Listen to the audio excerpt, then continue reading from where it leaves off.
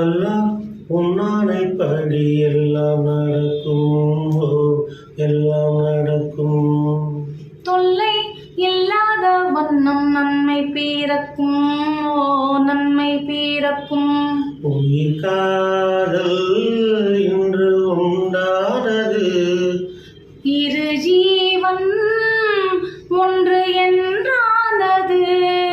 எந்த பிறப்பும் நீயும் நானும் கூட அல்லாஹ் உன்னானைப்படி எல்லாம் நடக்கும். எல்லாம் நடக்கும். தொல்லை இல்லாத வண்ணம் நன்மை பிறக்கும். நன்மை பிறக்கும். காதலுக்கு உண்டு கல்